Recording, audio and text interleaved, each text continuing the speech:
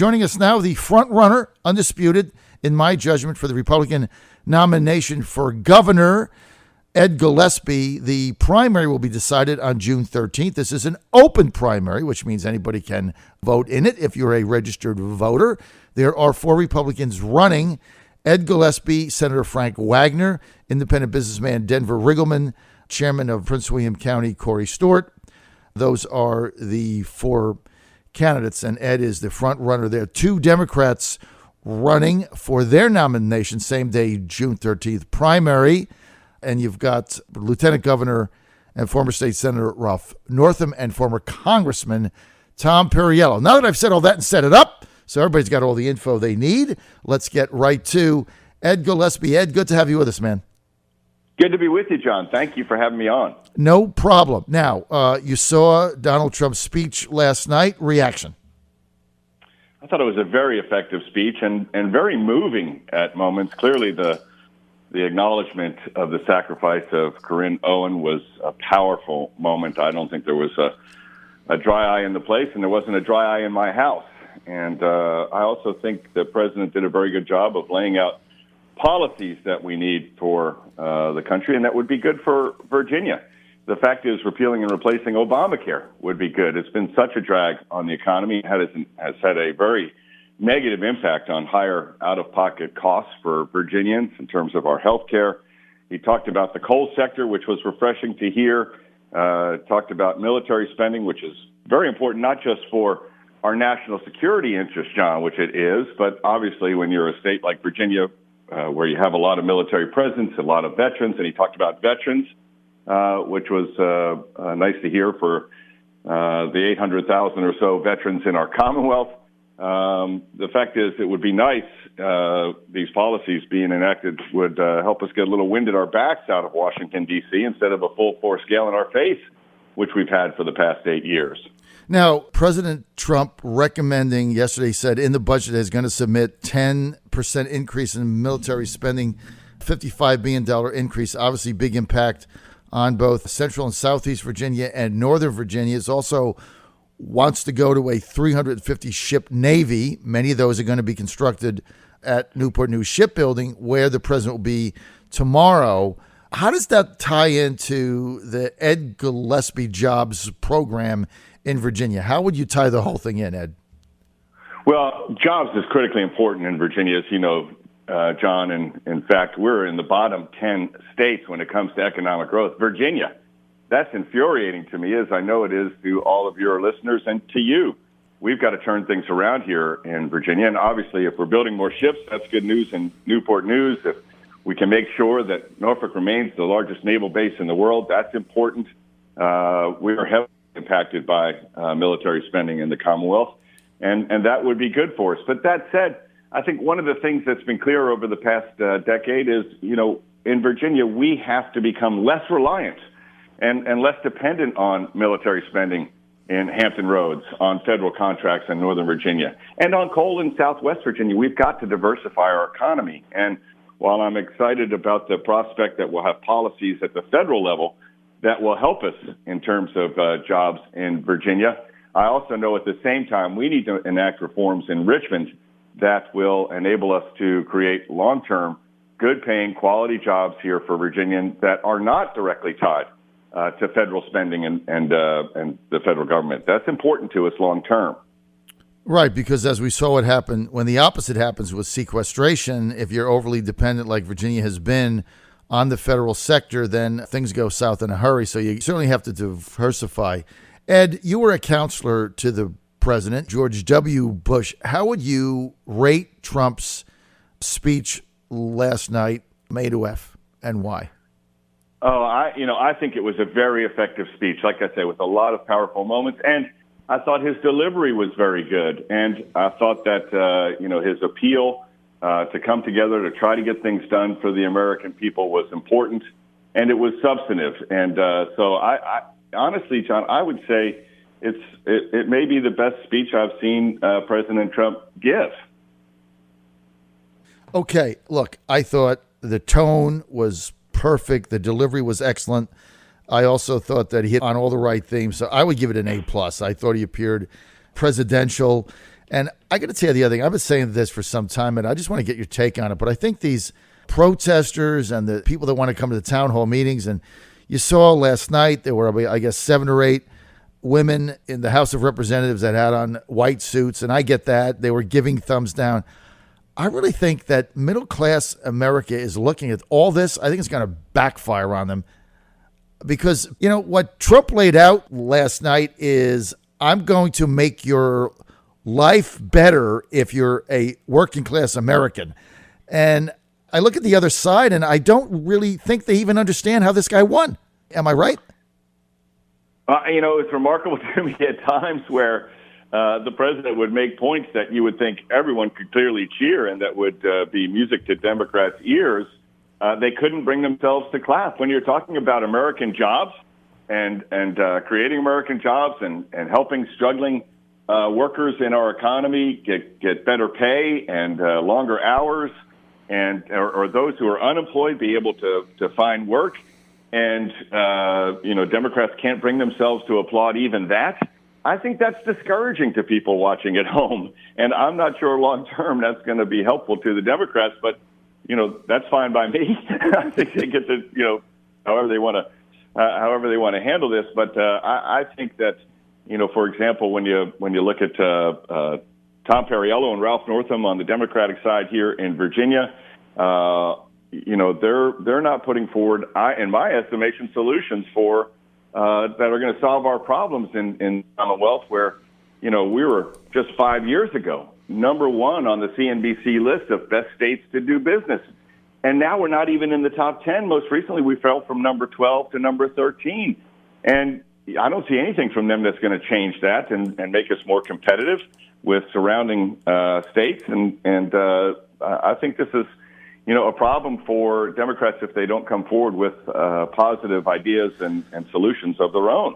Hey, Ed, what do you think of some of Tom Perriello's flip-flops? I mean, I find this kind of interesting, and I'm trying to get him on my show next week, and I'm just going to try to ask him to walk us through this. But when he was in Congress, he voted one way. Now he's gone 180 degrees the other way, far as Second Amendment, pro-life versus pro-choice, and other things. He's done a complete 180 on.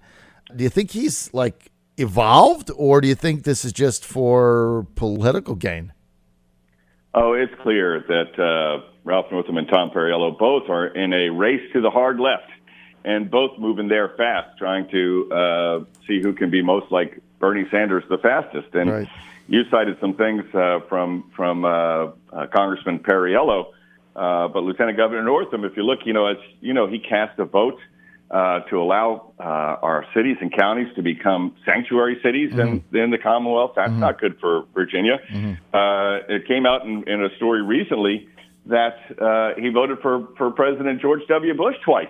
And now he's trying to be like Bernie Sanders. They both support issuing driver's licenses, state identification, legal identification to people in Virginia illegally. I mean, they are moving very far left, very fast, both of them.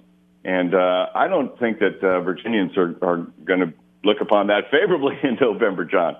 Well, they're certainly moving left, and it's a little disappointing to me because I think they're taking themselves out of the mainstream. Maybe they win the primary and come back. Right now, I think Perriello is going to win. I've been saying that for some time, so we'll see what plays out. I want to get to some of McAuliffe's vetoes. If you get elected in November of 17 and you're governor January 18 General Assembly, you're basically going to have the same makeup in the Senate and pretty much the same makeup in the House. Maybe a couple seats change hands. Give me a couple things that Terry McAuliffe vetoed in this session that a Governor Gillespie would have signed into law. Well, one that comes immediately to mind is the TiVo bill. I believe that homeschool children in the Commonwealth should be able to participate in our public school sports programs. I think that would be good for us and be good for those children. Their parents are paying property taxes, contributing to the school systems, and it just seemed to be a spiteful veto to me. He vetoed a plan that would allow for an investigation of those areas in the Commonwealth where we've got more registered voters and eligible voters. We need to ensure the integrity of our electoral system. Mark Obenshain's bill, Dave LaRocque's bill for education savings accounts. There's a lot of bills that this governor vetoed that I would sign if I were given the opportunity. And, probably more importantly, they'll put forward a positive agenda of my own, John. That's what people are looking for. And, we've got to get Virginia growing again. And so I'm going to put forward plans to cut our taxes, make it easier to open and grow a business here in Virginia, provide relief to hardworking families that are struggling to make ends meet in the Commonwealth. We need regulatory relief. President Trump talked last night about at the federal level. For every new regulation enacted, we need to repeal two. We need to do something like that here in Virginia. We're more heavily regulated than a lot of people realize, and that is a drag on business formation and business expansion. And we need more startups and scale-ups here in Virginia. We need education reforms like some of those I just mentioned, but others as well. We have to make college more affordable. So I'm going to put forward a sweeping agenda that will make sure that we get on track in Virginia to do what you and I just talked about, to diversify our economy, to foster long-term natural organic growth and job creation, paying jobs here. We've shed 69,000 manufacturing jobs over the past decade. Right. And we need to get good paying jobs back in the Commonwealth. And, I think you know this, but some of your listeners might not. For 3 straight years now, more people have moved out of Virginia than into Virginia. That hadn't happened at all for decades, and now we've had 3 straight years of that. And that reflects a lack of opportunity here in the Commonwealth. We've got to turn that around. And so there are a lot of things that the General Assembly passed that Governor McAuliffe vetoed that I would sign.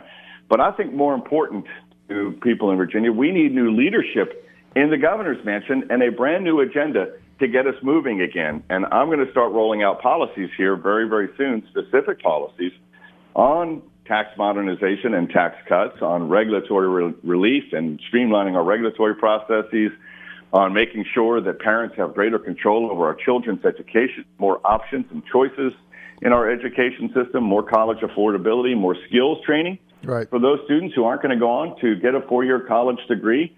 We have a lot of good-paying jobs here in Virginia that are unfilled that require skills training, and we need to reorient our focus in Richmond toward long-term sustainable economic growth, not just splashy press releases and constant whale hunting, trying to get a Fortune 500 company to move here lock, stock, and barrel or open a plant here. I'm all for a Fortune 500 company moving a headquarters here, opening a plant here, and I'll be a relentless marketer for Virginia all across the country and all across the globe, but that can no longer be the singular focus of our economic development policies.